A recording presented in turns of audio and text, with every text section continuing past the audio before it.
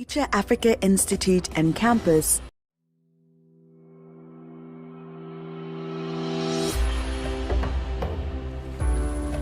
As part of the University of Pretoria, the Future Africa Institute and Campus has established a vibrant, collaborative space that provides access to the benefits of interdisciplinary and transdisciplinary research for the leading young minds of tomorrow. Future Africa has been created at University of Pretoria to respond to a unique requirement of the African development, which is the adequation between research and daily social transformation. Transdisciplinarity means collaboration, and to get collaboration, we need a space to do this interaction. Our globally sustainable infrastructure and world-class facilities have created a resident scientist scholarly community that works collectively to bring growth and transformation. Through innovative methods, we combine the knowledge of researchers through Pan-African networks that extend beyond disciplines and geopolitical boundaries. The environment we have created thus develops young scientists in transdisciplinary research and science leadership committed to creating an impact in our communities. In aligning with UP's focus on the Sustainable Development Goals, we have based our approach on several themes. These focus on connecting the people of Africa, developing sustainable food systems, ensuring the health and well-being of African communities, empowering individuals through transformative education opportunities, and ensuring equity as well as sustainability in a global Africa. It is Future Africa's unique platform that allows us to continue setting the standard for transforming the world through African research excellence.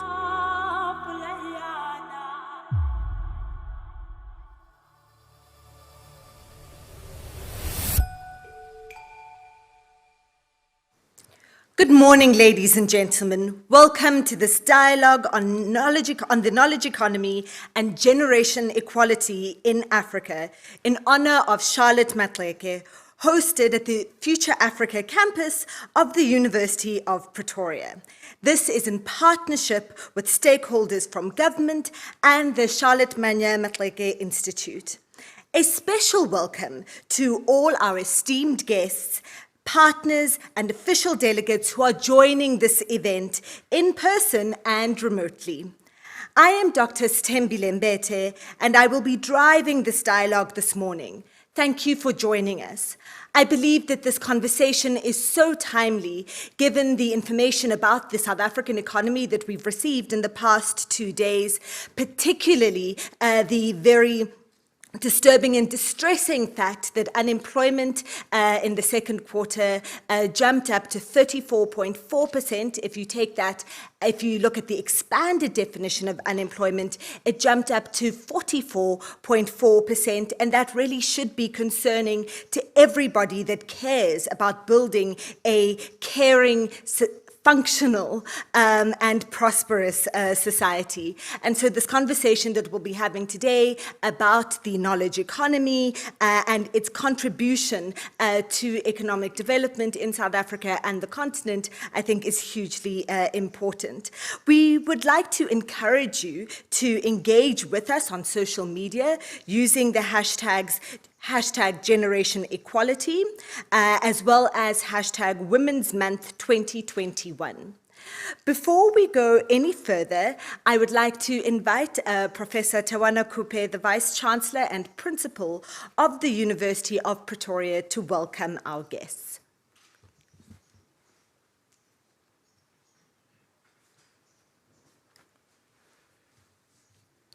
Good morning, distinguished guests and everybody who is present in-house and also those who are online.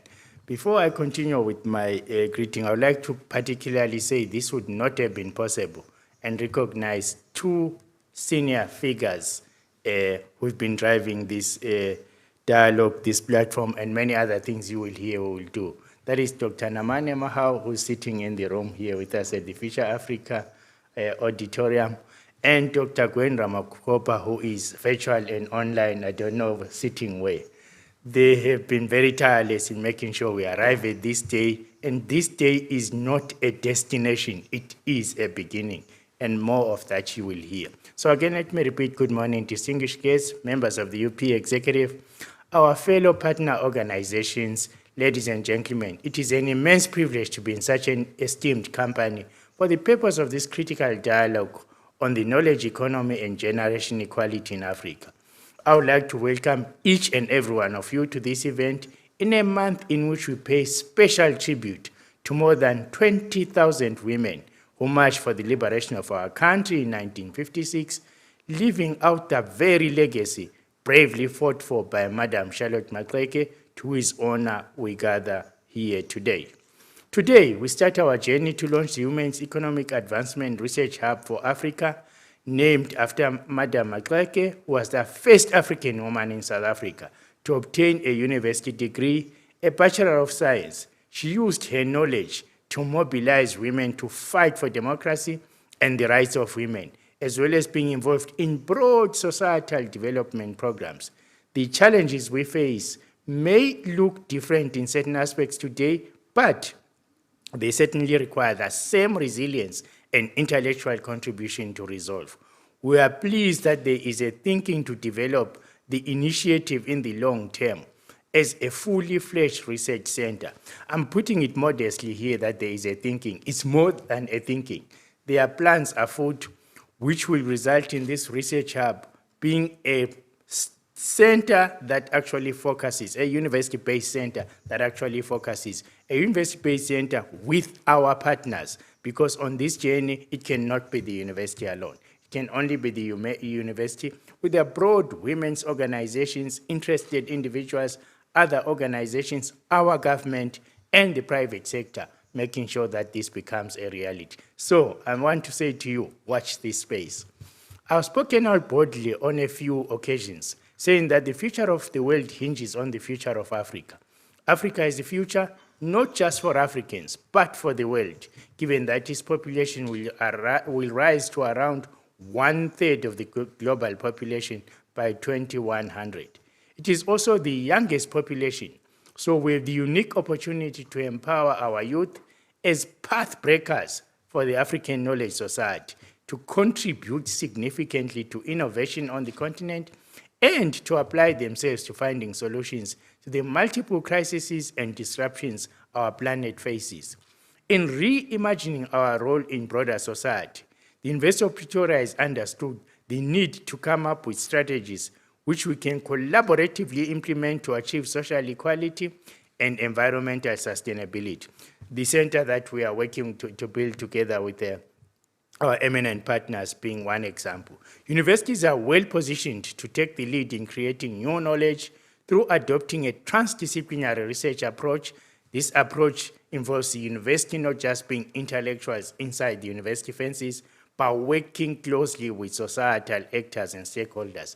And that is exactly what we aim to achieve through the Future Africa Institute at UP, a vibrant, collaborative space which has a vision to transform the world through African research excellence. A key area of transformation, of course, lies in the need for the continent to extend the participation of women in their economies. And here, participation is not the kind of participation which is by invitation from men. It is women as equal, active agents and drivers of change in society. And that paradigm shift needs to happen right now to achieve the desired goals of gender parity in this decade. We look forward to our illustrious panel of speakers sharing their thoughts, ideas, and ideas on this theme. And let me say, our illustrious speakers today represent the kind of active women who are agents of change, carrying not themselves only, not their families only, but their communities, the country, and the continent. The Women's Economic Advancement Research Hub for Africa, which will be launched later in the year, and remember that the hub is but a step towards the center, will provide a platform for taking forward the contributions and commitments made by President Cyril Ramaphosa as chair of the African Union in the 2020-21 period of chairmanship, to escalate the economic empowerment of women. And I use escalate deliberately because we've been slow, we've been tardy, and this task cannot be left at the speed at which we have carried out so far. The aim is to extend research, collaboration, and integration across the continent, excuse me, in a quadruple helix approach involving knowledge institutions, corporate, civil society organizations, and government. And in this regard, the approaches that must inform it are not, if you like, slow, reformist, gradualist approach. It must be active, urgent, sense of urgency, and also addressing systemic change and not only addressing, individual circumstances of individual women. This is a societal, systemic effort that is needed with a sense of urgency. The hub will serve as a space for research, analysis, and reference on progress on the economic advancement of women, and also designed to measure progress against set goals of the African Agenda 2063 and the United Nations 2030 Sustainable Development Goals. We know 2030 is not too far from now, and that even on that score, we are lagging behind. So we should use this effort to get to 2020 as accelerating the actions that need to be done and being intentional and active about doing it. As an integrating research platform, it will function virtually with limited internal staff linked to key experts, partners in the country, across the continent, and globally. Remember, this is when we're talking about the hub, but when it comes a center, you will find that it is actively staffed, and also there are people on the ground as well as people using virtual technologies in order to collaborate and work together across the continent. The Future Africa Institute at UP is well placed to serve as a host for harnessing the promotion and integration of this research, and we look forward to outcomes such as available evidence-based information on gender, women, and the economy. This is not to say it's not, we don't have it now, but we need even more deeper, more nuanced, more multi-perspective data or information, if you like, not just economic data from one economic perspective, but from multiple perspectives, social data, history, all of those things informing our approaches. Advisory services on innovating tools to advance generation equality goals, advocacy tools, development, and much more, infusing a sense of activism among not only women, but the youth and also the youth across the gender line, if you like, including young men and young women. Charlotte Maxeke may not have seen the changes in women's rights that she would have hoped to in her lifetime. It is a battle that is still being fought. But we can certainly say that the landscape today is more nuanced in more senses than one. It's not, we cannot stand here or sit here and say it's very, very positive and better. We know it is complex, it is complicated, it is intersectional. Some things move, and sometimes it's like one step forward, two steps back. We need to be ensuring that one step forward doubles the steps forward, and there's no going backwards, if you like. Former US President Barack Obama said, quote, "If you are walking down the right path and you are willing to keep walking, eventually you will make progress." Today's dialogue, let me just say about the quote from President Obama, I agree with the quote, except that I want faster progress. I do not want simple eventuality. We have to actually double up the pace in this space. Today's dialogue shows that it's clear that together we share a compelling sense of a belief that by mobilizing and bringing together our collective expertise, we can keep going down the road towards progress and not waver. Where gender inequity is breached and the economic emancipation of women across Africa, across urban and rural divides is achieved. I think we can do this. We have to be intentional, we have to be active, we have to be ethical, we have to be committed. It is not an option not to do it. I thank you.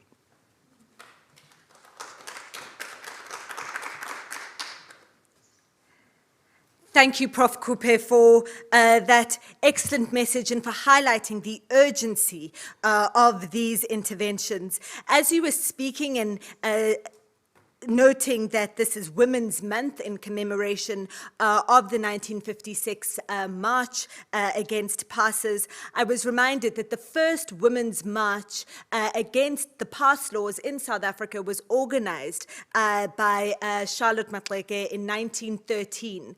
And they organized the march. She organized it under the auspices of the Bantu Women's League, and to really fight for the rights of women who were working as domestic workers in Bloemfontein. And so that march was not just about women's rights to movement, but it was also all just about political rights, but it was also about women's economic rights and the ability of women to participate equally as economic actors. And so it is exciting to hear that the university will be supporting this Women's Economic Advancement Research Hub that will turn into a center to really help us to achieve the great dreams and goals of women such as Ma'am Charlotte Maxeke. I would now like to welcome the Director General of the Department of Women, Youth and Persons with Disabilities, Advocate Mikateko Joyce Maluleke. Advocate, I'm handing over to you.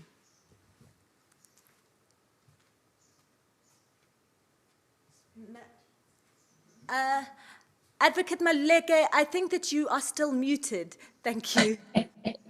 My apology.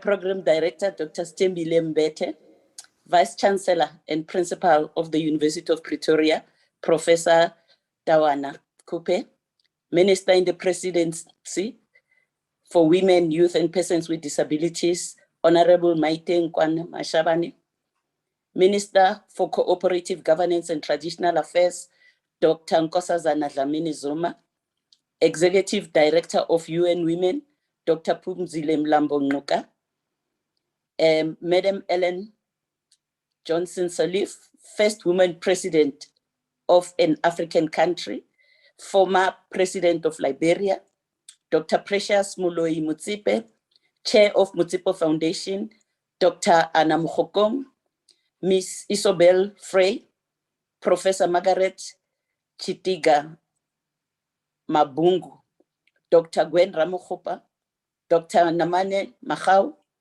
Ms. Futim Toba, Dr. Mbete, all participants and respondents. Good morning. I am greatly honored to welcome you all to this dialogue on knowledge economy and generation equality in Africa in honor of Mayor Charlotte Maxeke. I would like to extend a special welcome to our panelists, respondents, local and international guests, as well as participants. Ladies and gentlemen, allow me to start by saying to the department, allow me to start by saying that the Department of Women, Youth and Persons with Disabilities is mandated to regulate the socio-economic transformation and implementation of the empowerment and participation of women, youth, and persons with disabilities. This is a huge mandate which could be achieved through partnerships and collaborations with institutions of higher learning, development partners, private sector, and civil society organizations. I'm happy to indicate that my department has established a partnership with the University of Pretoria. This partnership is not only with respect to the dialogue, but with many other initiatives of the empowerment and participation of women, youth, and persons with disabilities. Institutions of higher education are the major driver of information and knowledge systems, linking it with economic development. The National Development Plan places education, training, and innovation as central to the overall development goals. These areas contribute to productivity, which enhances economic growth. The partnership will help us to review our strategies and find more pragmatic approach in meeting our development goals and targets. Institutions of higher education are knowledge generators and are also areas of research, collaboration, and establishment of networks. This partnership will also help us in building research capacity through access to larger pool of researchers whom we could collaborate with to promote the empowerment of women, youth, and persons with disabilities and gender equality. The dialogue on knowledge economy and generation equality in honor of Charlotte Maxeke came at an opportune time when the country is celebrating the Women's Month. The theme of the dialogue is aligned with the Women's Month, which is the year of Charlotte Maxeke, realizing women's rights. Ladies and gentlemen, today's dialogue provides us with an opportunity to pay tribute to the generations of women whose struggles laid the foundation for the progress made in empowering women and achieving gender equality to date. The very same challenges and issues that confronted the generation of Charlotte Maxeke are still relevant today, as seen through the demands raised by the Generation Equality Campaign. This is a call for all of us to come with drastic actions that will accelerate the implementation of the commitments for gender equality. Ladies and gentlemen, 26 years after the adoption of the Beijing Platform for Action, women still face challenges such as gender pay gap, equal sharing of unpaid care and domestic work, sexual harassment, and all forms of violence against women and girls. Healthcare services that respond to their needs and their equal participation in political life and decision-making in all areas of life. With these few words, allow me to welcome all panelists, respondents, and participants to the dialogue. I believe that the outcomes of the dialogue will form part of the resources that will enable us to make changes that will impact on the lives of women and girls, not only during our lifetime, but also to the future of generations. I thank you. Ndoleboh. Amen. Thank you.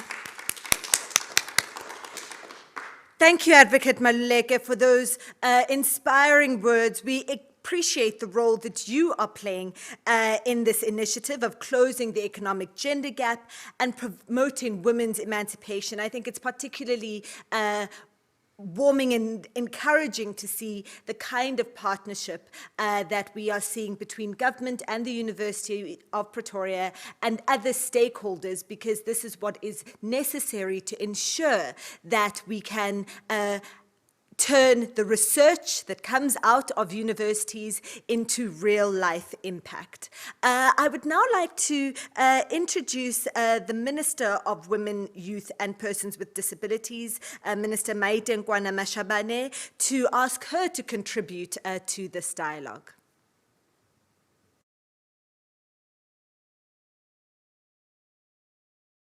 Professor Tawana Kupe, Vice Chancellor and Principal of the University of Pretoria, Dr. Phumzile Mlambo Ngcuka, Executive Director of the UN Women, Your Excellency Madam Ellen Johnson Sirleaf, former President of Liberia, ladies and gentlemen, as we continue to celebrate the Women's Month and commemorate the heroic women of 1956, we are cognizant of the ongoing challenges and systematic barriers facing women today.